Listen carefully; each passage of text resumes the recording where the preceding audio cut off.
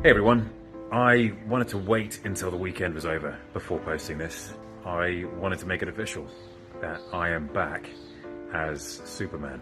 And the image you see on this post and what you saw in Black Adam are just a very small taste of things to come. Welcome back, Superman. I want to thank you guys most of all. Thank you for your support and thank you for your patience. I promise it will be rewarded. I promise it will be rewarded.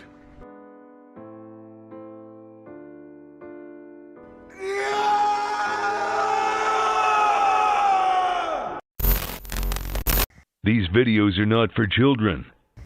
If you're a children, then piss off. Hey there, it's me, your least favorite YouTuber, the Infuso. And as we all mourn the loss of Henry Cavill from the DC films, I thought maybe we could take a look back at his time in the role of Superman, as we set out to answer the question, is Henry Cavill the best Superman? And man, that cameo, it just hits different now, doesn't it? What at first looked to be a welcome comeback with a promising future has now become something that was tragically cut short in its prime, as the studios are going in a different direction. And while I definitely do have a lot of problems with Henry Cavill's time in the role, I have to admit, I'm more than a little bummed out that we're not going to see his return. And by the looks of Twitter, I'd say I'm not alone. Why'd you show me the f***ing thing if I can't have it? No! No! No! No! Poor f***ing Henry, man. Leaves f***ing Witcher to focus on Superman. This motherfucker is Superman, man. To many, Henry Cavill was Superman. You gotta think, people have grown up with him being Superman. And on many levels, I think he was the perfect choice for the part. Aesthetically speaking, you really can't find a more perfect fit. You won't. Never once does he look like someone cosplaying. This isn't a guy in a Superman suit. You just look at this dude and you go, oh yeah, that's Superman. Like, this man looks plucked straight out of a comic book. I wouldn't be surprised to find that Henry Cavill himself was created by DC.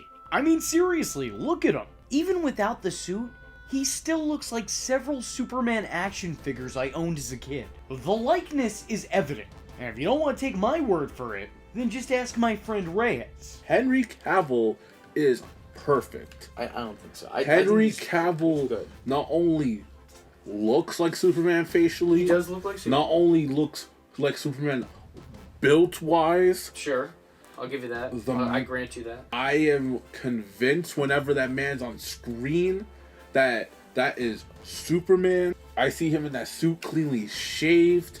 Henry Cavill. So you're gonna have that impression. It's perfect. But if you look, I really like the look of this Superman suit in these movies. It certainly has an otherworldly feel to it.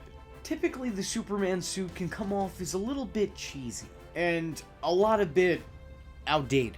Whenever you see a parody of superheroes, this is almost always a look that you see somebody replicate. Objectively speaking, it's pretty silly. Big, colorful S, long red boots, underwear over the tights. It's an iconic look for sure, but old, very old. Just generally speaking, this isn't something that easily translates in a live-action adaptation. So I think the DCEU did a pretty good job of validating this look, while also taking reasonable liberties with it. It's a nice modernized update that sort of legitimizes the whole Superman getup. And when the camera's close enough to the character, you can see that there's Kryptonian writing and Hope emblems embedded into even the smallest fragment of the suit. I think the suit works well for the character, and well for the universe that these movies set up. It is undoubtedly one of my all-time favorite Superman suits. The constant changing Superman attires, while appreciated, as I think each one of these designs is pretty great in their own right, are never actually justified. The black and silver suit, while built up to, is never really explained. In the comics, Superman dons this suit following his Kryptonian coma. This allows him to absorb more energy from the sun at a faster rate, helping to heal him. A fact that's never stated, nor implied within this 4-hour film.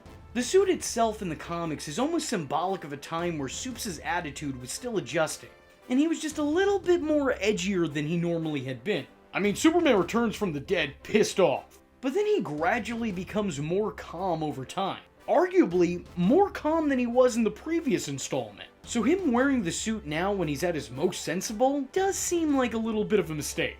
But there is in fact a time where it would be ideal to see Superman in darker colors. Like during the nightmare sequences. It'd be really awesome to see evil Superman in the black and silver, but during those he's just wearing his usual Superman suit. The darker suit would be welcome here, not because Superman is evil in the comics when he wears black, because that's not the case, but it would at least be a visual difference to distinguish between Superman at different points in the timeline. From a storytelling standpoint, typically a turn to the dark side includes a turn to the dark side of the wardrobe. If you were trying to take a pre-existing plot point and utilize it in a way beneficial to both appeasing an audience and furthering your narrative, I would think that this would be a smart alternate route to go. This is awesome fan service, but it misses the point. For as much as I like this design, and believe me, I am personally a fan, it does sort of remind me of Symbiote Spidey from Spider-Man 3, as it's a color swap of the character's cinematic design meant to reflect a more complex design made in the comics. And it's also the same exact color scheme. And it also doesn't help matters that these costume changes both take place in the third installment in their continuities. The more colorful version we see of the suit at the end of Black Adam sort of feels like a hybrid of the original Man of Steel design mixed with the original Superman 1978 design. And I appreciate this as well. It looks surprisingly good. But I think I appreciate the first initial design more because it seems like it has its own unique identity, and it's not instead just trying to replicate another's. I think it also helped this Superman stand out from the bunch. You know, there's been a lot of portrayals of the character over time, so it was nice that this one kind of got its own distinct look, because for the most part, in the past, they've almost all been the same. And the look of that suit felt like it was specifically geared for Cavill. As I've said before, I'm a fan of all of these suits, but I just wish there was a significance to these changes.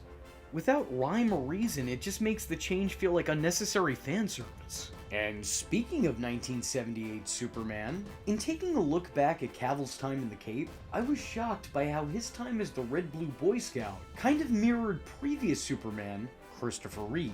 For starters, there's the length of time that they played the part. Henry Cavill started in Man of Steel and left us in Black Adam. That's just under a decade of Henry Cavill as Superman. And interestingly enough, that's the same exact amount of time that Christopher Reeve was in the role. And yeah, sure, Henry Cavill has been on and off, but he still played the part in more movies than any other actor before him, appearing as a main character in 4 major superhero movies. Once again, just like Christopher Reeve did.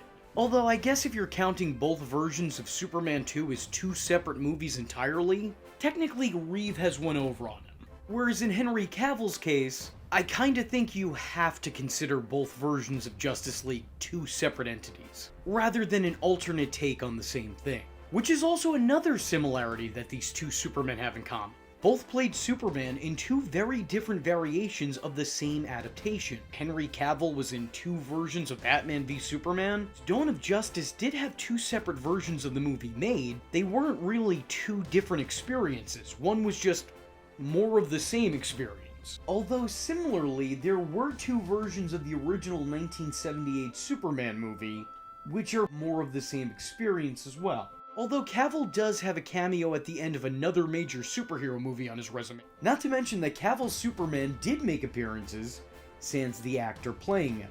Once at the end of the movie Shazam, and then once again at the end of the first season of Peacemaker. While Christopher Reeve's Superman went on to get additional appearances in the CW versus Crisis on Infinite Earths and Superman Returns. But not in that order. This time being played by Brandon Routh. And even more interesting than that is that Henry Cavill had actually previously been turned down from the role of Superman in that very same Superman movie. Meaning that in an alternate reality, we could have seen Henry Cavill actually pick up the torch and play Christopher Reeve's Superman. Though in some ways, I suppose that we kinda did. More on that in just a second.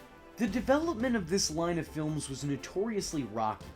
And unfortunately, a lot of the performances in these movies are a testament to that. However, acting-wise, I think he performed the character to near perfection, which in no way, shape, or form could be an easy task, especially considering that the direction for the character was all over the place and a lot of the time conflicting. Regardless, Henry did everything that was asked of him, and he turned out something really special. This man just felt like Superman. He had a strong presence to him. His words carried weight. He spoke with the utmost confidence. He was articulate, he was intelligent, and he had a real charismatic charm to him. And despite all of this, he was still at times vulnerable. He was strong but not unbreakable, neither mentally nor physically. That's a lot to ask of an actor. But my boy Henry here was more than up for the challenge. He somehow managed to make Superman feel larger than life, but still down to earth at the same time. The tagline for the first Superman movie was, "You'll believe a man can fly." And I think Henry Cavill achieves just that. But he doesn't stop at flight. He makes you believe in all that he's doing. You believe that this man can fly, leap tall buildings in single bound, super punch an alien through a building, whatever the fuck Superman does, you believe it when this guy does it. I don't think the movie ever managed to justify the disguise of Clark Kent. To be fair, that's one of the most challenging elements of the mythos, and I don't think many have done a lot to make it seem valid. There's no real explanation for how or why Clark Kent is undetectable to the world. It's one thing if you're saying that Superman soars through the airs and stays away from the public, but when they know his face well enough to slap it on a statue, the fact of the matter is that those glasses wouldn't be fooling anyone. Especially the so-called journalists that he works with on a daily basis. They never really had an alibi for that, and I'm genuinely shocked they didn't attempt to explain it away. What makes this even more goofy is when the movie for some reason emphasizes his dual identity, instead of attempting to ignore it. Like in moments where you have military officials asking this unmasked man why he won't give up his secret identity, even with Superman telling the general who is looking for him that he grew up on Kansas. Even with Lois blatantly calling Superman Clark in public. Still, everyone's clueless to this? Really? This is a hard part of the lore to establish for sure. It is the most blatantly dumb element of Superman that is almost impossible to realistically apply to a story in any sense of reality. But like they didn't even try. They could have attempted to write this off, or maybe not develop this aspect of the character. Maybe change it so that he alters his appearance in some other ways. I don't know. But they could have done something. Additionally strange is wondering what Clark Kent's return from the dead looked like, because these movies never got a chance to address it. Superman's death was in the papers, and he comes back. He's an alien. People aren't going to bat an eye to that. But Clark Kent is supposed to be a man, so what's his excuse? Make it make sense. Henry Cavill made Superman feel real. Everything about him in the role just felt genuine. Like as if all of it was just second nature and effortless. And while I will continue to go on and sing Henry's praises here, let me just say that while Henry Cavill was right for the character, the material wasn't always right for the character. The first Superman movie in this lineup did a lot to humanize the character. I feel like Man of Steel put more emphasis on man, and a little bit less emphasis on of steel. Because Superman felt no different than the rest of us. He was a flawed human being who just so happened to not be a human being at all. He was your everyday person, but gifted with immense power that he needed to use wisely. And try as he might, he wasn't always successful in that endeavor. Like most of us, Superman wasn't above being petty from time to time. I mean, he didn't go around picking fights, but he would find interesting ways of retaliating. And yet, despite Superman being occasionally extra, he still never abused his power. He has strength that could easily kill, let alone hurt somebody. And while he did on occasion act out of revenge, he did still show incredible mental strength in honing his power and holding back. He made sure not to hurt the civilization around him. But once again, he isn't prone to letting out some angst or frustration, like I think a lot of people would had they been gifted these powers. And that's what I love about Man of Steel. This Superman isn't above getting even. He's not gonna kill you or anything, but he will inconvenience you in a major way. Because despite the immense training and conditioning he's been through, he's not perfection. He's just a person. Because this isn't the heroic do-gooder that we're used to. He's not the red-blue Boy Scout just yet. He's just a guy who happens to be able to fly. A good guy trying to do the right thing, and on occasion failing along the way. I really enjoy Man of Steel as a starting point for this character. And while I may not be a Zack Snyder fanboy, I do think this movie was kind of brilliant in that way. I always believed the initial goal was to watch Superman grow into the legend that he's meant to be. That with time, experience, and learned lessons, we'd see him mature into the iconic force of good that we all know him to be. And if that was the purpose of this characterization, and that was the direction these films had taken, oh man, no question, I would have been on board. Sign me up for 3 more sequels, I'm in. Unfortunately, that wasn't the route that was taken. Instead of advancing Superman along the way, progressing him into the character that he's meant to be, this cinematic universe just forced him into that narrative destination. But we'll get into that in a minute. Creatively speaking, I think the more flawed Superman lends some credibility to the later nightmare sequences that are used. Superman's reign of power and destruction seems like it could potentially be in the cards here when Superman isn't viewed under an angelic light. He doesn't have darkness in his soul, but he does have the potential to have that very soul crushed, and then consumed by darkness, or dark side. You see what I did there? No. If this was all to build toward evil Overlord Superman, I think that there's a solid breadcrumb trail set down to lead into a live-action Injustice remake. While there were choices that were made in this film that I sorta hate, like having Superman willingly destroy Krypton's only hope of regeneration just to get one over on Zod, and then justifying it with Krypton had its chance! Yeah, I don't know, man. I'd like to think Superman would have a lot more empathy than that. He wouldn't hold an entire potential population accountable for one war-hungry Kryptonian's actions, especially considering that he himself is Kryptonian. Superman destroys Krypton's hope, which is clearly counterproductive to the core nature of the character, as he wears the symbol of hope on his chest at all times. While Superman is Earth's self-appointed protector, I don't think his love of Earth should come at the expense of his home planet. The guy would be more compassionate than that. I don't think he'd willfully put the remnants of a planet in danger. This doesn't really seem like Superman's MO. Now contrast that to the comics, where Superman puts himself in danger to save a shrunken, bottled Kryptonian city. This moment usually gets brushed past and glossed over in favor of talking about him snapping Zod's neck at the end. For me personally, I think this was a much bigger misstep, as it makes Superman look impulsive and careless, which are 2 qualities polar opposite to the hero. Regardless of all else, Man of Steel felt like an event. Henry put on a career-changing performance, and the future looked incredibly bright. The movie was nearly monumental. It's a mostly well-crafted story that works as a ground zero both for the character of Superman and for the cinematic universe that it's creating. It feels like a fully fleshed out, well-thought-out story about Superman. It is the perfect starting point. The next installment in this universe was Dawn of Justice, a movie which saw the first ever Batman-Superman clash. I can't say the depiction of his character is much different here. He does feel slightly more mature following the events of the first movie, but the character is still written to be the same character. It felt like a nudge in the right direction while still feeling like a natural progression. He's still a little bit vengeance-driven and angsty for your standard Superman performance, but he does feel more mature and noble now. And he tries to reason with an even more angsty and vengeance-driven Batman. His good deeds aren't shown, but they are at least mentioned in passing. The Daily Planet criticizing those who think they're above the laws. A little hypocritical. Every time your hero saves a cat out of a tree, you're writing puff piece editorial. So long now.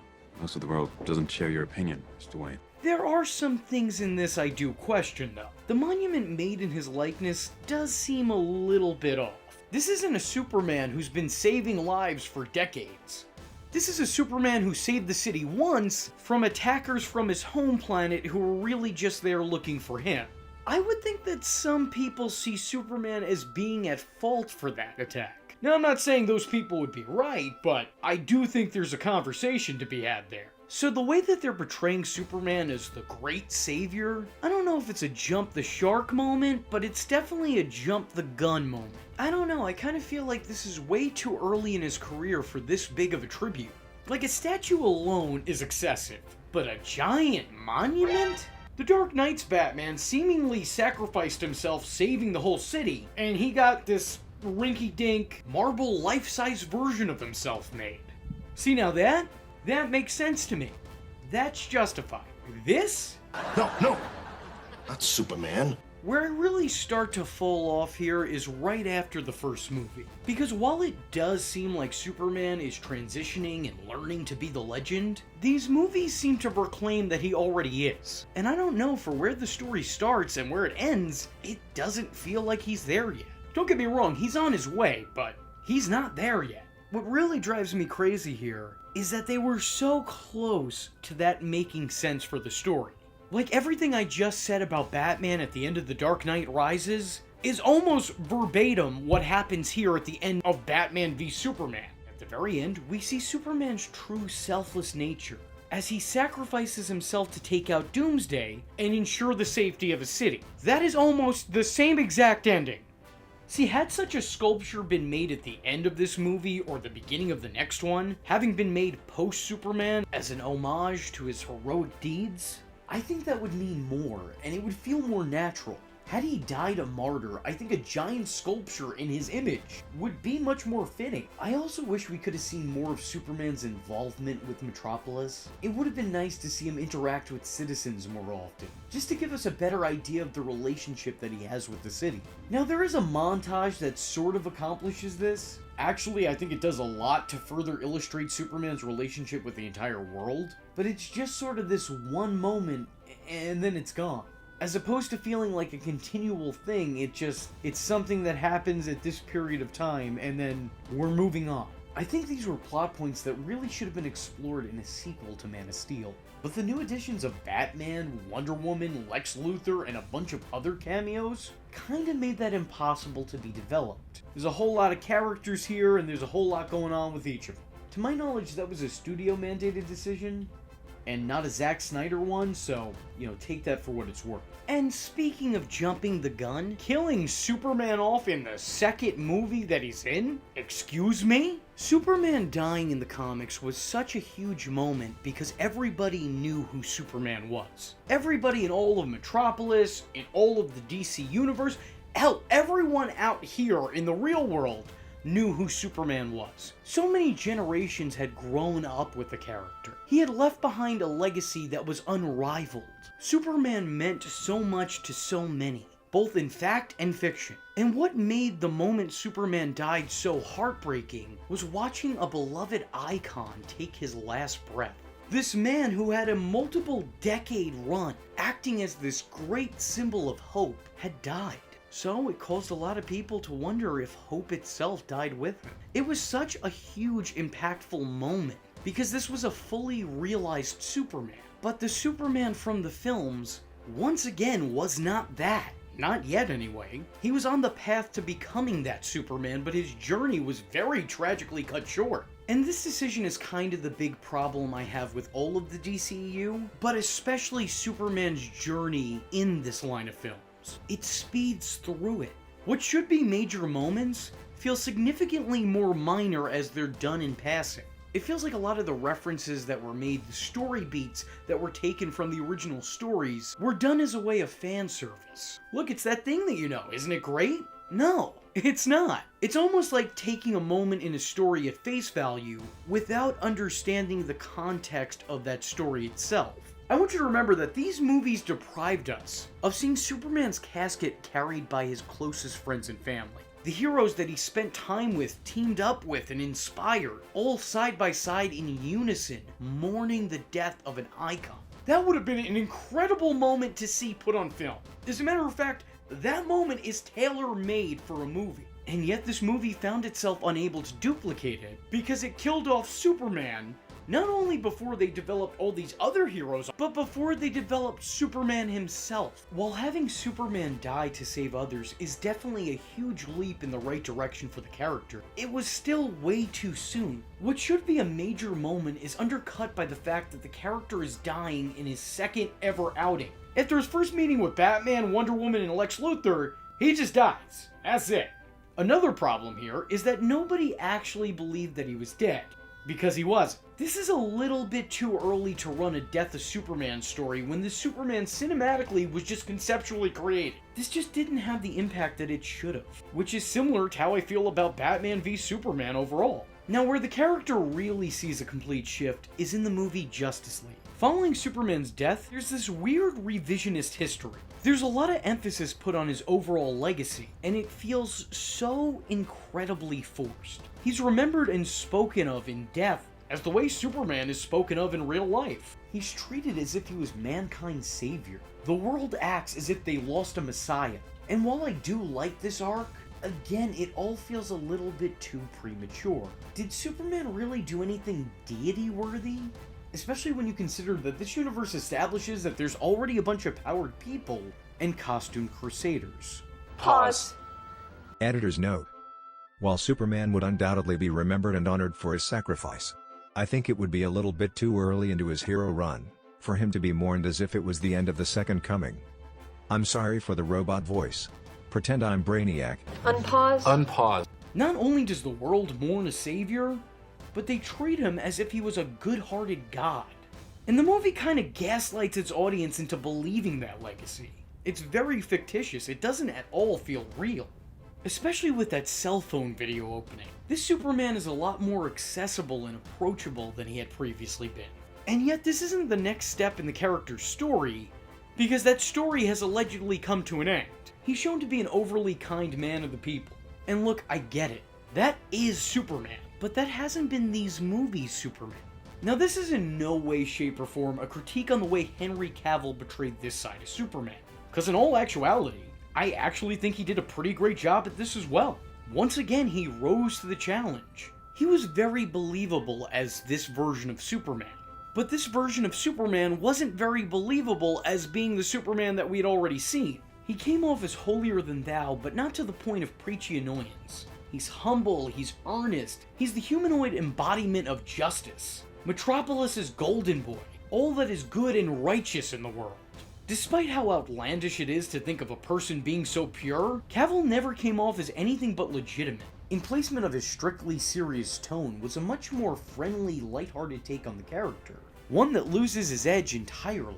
And because of that, it stands out that much more. It sort of creates this giant inconsistency with Superman. Because now, without rhyme or reason, he's just changed. He's completely different. He's a completely different character. And it's hard to critique this because while it is spot on for the character of the comics and the character the public knows, it is not the same character that we've seen in the previous movies. His primary mission to protect others is definitely highlighted here. There's scenes where Superman stops mid-fight to go and save others. And yeah, that's what Superman does. This is an obvious deviation from what came before, which is why if you watch Zack Snyder's Justice League, the character still feels perfectly in tune with the one that was already established. Where in Joss Whedon's Justice League, the character feels more like a Christopher Reeve tribute act, which, to be fair, is not an insult by any means. Most people feel that Reeves was the embodiment of Superman, so he's certainly not the worst person to be influenced by or take inspiration from.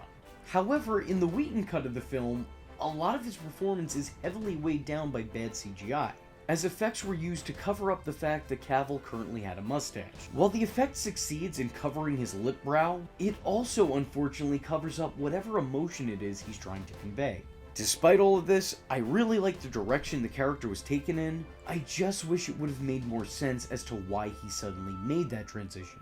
Because it's also this version of the character that shows up in future installments. And without cause or justification, it just feels like Joss Whedon soft rebooted the character. Alternatively, the Snyder Cut very clearly handled the character much better. His characterization made sense to what was already established, and it seemed like he was subtly being nudged to becoming the ultimate symbol of good. But it was also still setting up that the ultimate symbol of good would one day go bad, so... a little bit of mixed messages there, but compelling storytelling nonetheless. Henry excelled at playing this version of Superman, so much so that it honestly makes you wonder why this wasn't always the direction. It was refreshing seeing Superman return to the status quo and act like the man of tomorrow. My only issue with it is that the transition there was non-existent. It's like one day he's 90s Superman, and then the next minute he's reimagined as 70s Superman. Like, pick a lane, or at least turn on your blinkers when switching lanes. Like, I'm getting whiplash here. You can't just shift and change course without any explanation. I think this only becomes more painfully obvious over time with these films. The fact that this Superman had his own unique theme and sound, and then it was just suddenly changed to the iconic John Williams Superman theme, that should speak volumes. It's symbolic of them taking everything original about this Superman, and then just trading it in for a factory reset. Again, I must emphasize that the problem wasn't Henry Cavill playing the part. It's how this part was prepared for Henry Cavill. Without a fluid sequence of events and continued evolution, the character just feels changed. I think things like this rob the cinematic universe of its legitimacy in character development. Instead of patiently allowing this Superman to grow into the part, it's now just insisted upon. Well, yeah, this is Superman. He's always been like this. What are you talking about? Whether it be creative blurred vision or studio interference, at times this Superman could come off as completely directionless. The blueprint of this character's soul is mostly lost in translation. It's very clear to me that the Superman presented post-Batman v Superman is not in fact the same one presented pre-Justice League. I think what's truly unjustifiable, though, is that in nearly a decade's worth of films, hardly any worthwhile dynamics were built up between Superman and the world that surrounds him. Major plot points in the character's identity are either rushed or completely non-existent. His relationship with Lois never feels authentic. It feels creatively mandated. I mean, it doesn't feel totally forced, but like Superman itself, it feels like it moves at the speed of light. Wait, does Superman move at the speed of light? I can maybe see these two characters being interested in each other, but I don't think we really see what makes their connection so strong. I know these aren't romance movies by any means, but the original Superman movies managed to create incredible romance between Clark and Lois. And this one created this. You know, they say it's all downhill after the first kiss. Pretty sure I'll be careful kissing you. Oh yeah, that's good stuff. While I do think that Amy Adams made a good Lois Lane and Henry Cavill made a good Superman, I don't feel like the two together made for a good Lois and Clark. They just didn't have the chemistry you'd hope for in this type of dynamic. And it seems to dissipate as time goes on. I buy the two having an interest in each other, but their undeniable love is actually quite deniable. I mean, by the end of the second movie, Superman's about to pop the question. Y'all only got together at the end of the last movie. You would think that we'd have more time to see what their actual relationship entails, or what their dynamic looks like, but no, not really. That's a huge issue I have with the DCEU films. They didn't seem to want to take their time and establish things. They just wanted to get straight to the point. And because of this, a lot of what they were creating ultimately felt very soulless. It'd be like instead of reading a book, you looked up the Spark Notes and then just said that you read the book. It's not the same. It may summarize the same story beats, but you're not getting the actual experience. These are just shallow reimaginings of legendary moments. Moments that are all style and no substance. Imagery that looks cool, but unfortunately has no depth. I'm a fan of the way they portray the Kents. They're not endless fountains of sage advice, but they try to be. Clark's father tries to wizen him up, tries to guide him down the right path, but he doesn't always have the answer. Sometimes he says these profound things that mean a lot to Clark, that he keeps with him in the long run. But other times he's shrugging his shoulders and trying to make it up as he goes along. Snyder really presented an imperfect representation of the Kents, and in doing so created authentic feeling characters. They aren't the picture-perfect people they are in the comics, but you can tell that they're trying their best to be. Clark's relationship with his father is really well crafted. If I had one complaint, it's that Cavill and Costner don't often share the screen together, as their relationship plays out in a series of flashbacks with younger actors playing Clark. I do think Papa Kent kinda overstays his welcome, as these movies feel the need to just shoehorn him into things that he just does not need to be involved in. Like, the guy's dead. Just let him rest in peace. They don't do as much to develop Clark's relationship with his mother, but they kind of double down on the strength of that bond anyway.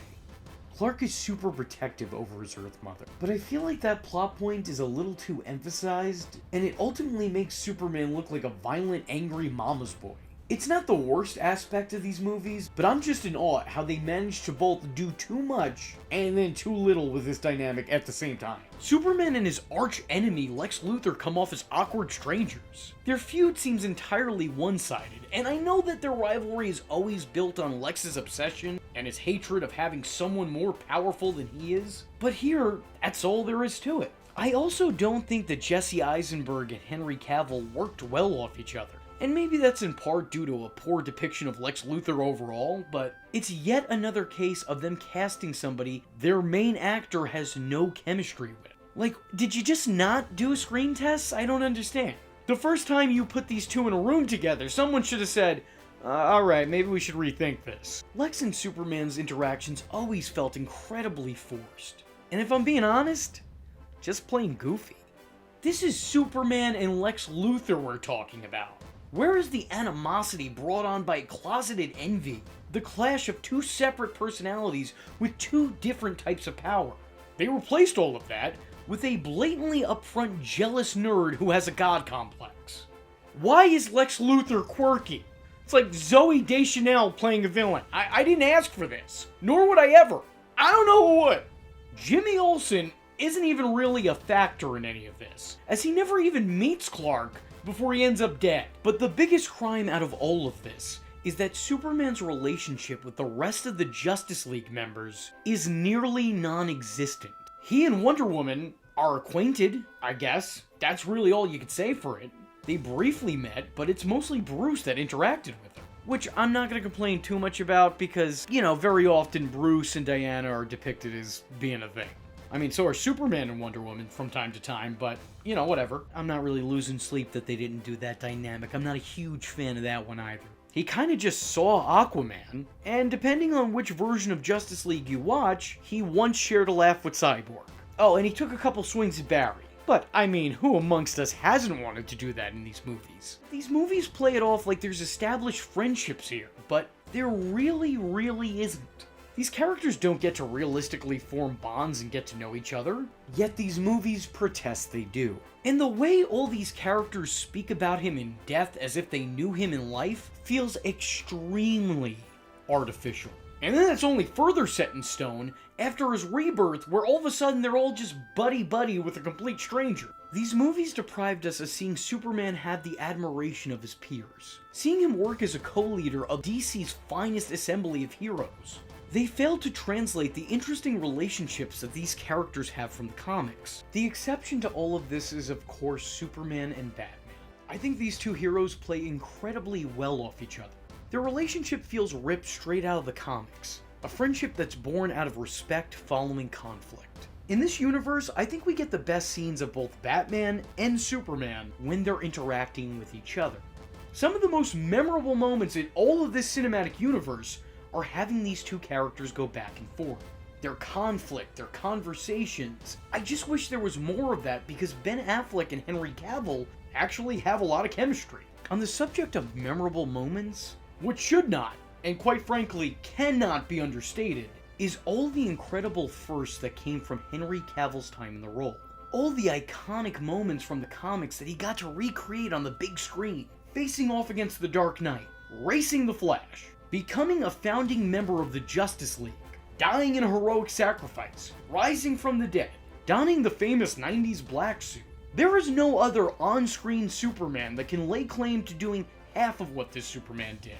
Though I will admit Tom Welling is pretty close, and his time in space pajamas has left quite the impression. When you're talking about the great Superman performances, his name will inevitably come up. But what's really surprising to me is that he truly only got to be the primary character in one outing. In Man of Steel, he was the star of the show, but in Batman v Superman, he was secondary to the first appearance of the Caped Crusader, and also a little overshadowed toward the end with the emergence of Wonder Woman. While he does become the focal point when he selflessly sacrifices himself to stop Doomsday, means he's taken out of most of Justice League, both versions, which instead sees the character become the plot point the movie's building up to. And then finally in Black Adam, he reappears as the character in what is, as of right now, looking like his last appearance. For all the time that was given to him, there wasn't as much screen time as you'd hope this symbol of hope would get. Ultimately, was Henry Cavill my favorite Superman? No. But I really think he had the potential to be. Had he been written a little bit better, or at least more consistent, I'd probably put him as number 1 or 2. Because the truth of the matter is, Henry Cavill played 2 entirely different versions of Superman. And he played both of them incredibly. I just wish there was a proper progression from man who is super to Superman.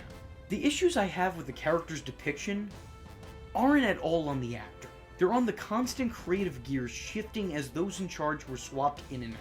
Regardless, Henry Cavill's time in the role will always be remembered and should always be respected. His performance should be celebrated as being great even when what he was given to work with wasn't. A part of me wishes that we got to see another movie with Cavill as the character, this time being the focal point in his own story.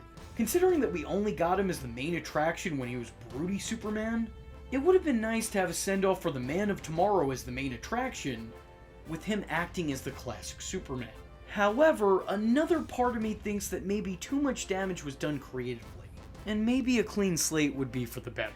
I don't know, I guess you could say I'm of two minds on the subject. I hold out hope that the Man of Tomorrow will have another tomorrow.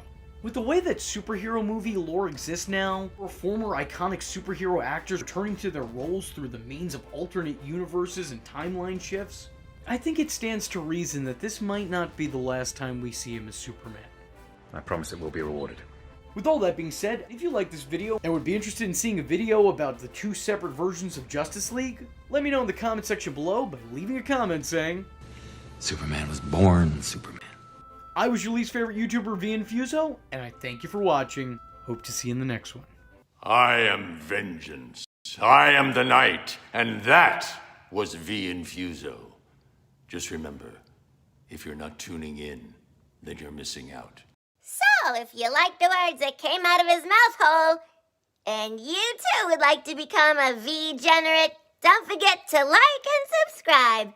Thanks for watching, nerds! And if you're not joining the fun, you're in for one bad day. And you know what they say about having one bad day?